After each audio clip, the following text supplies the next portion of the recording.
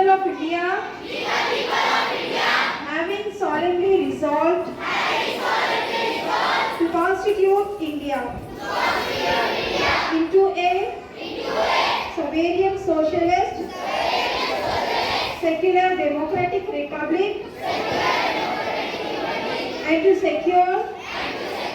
to all its citizens justice, social, economic, and political liberty of thought, expression, belief, faith, and worship,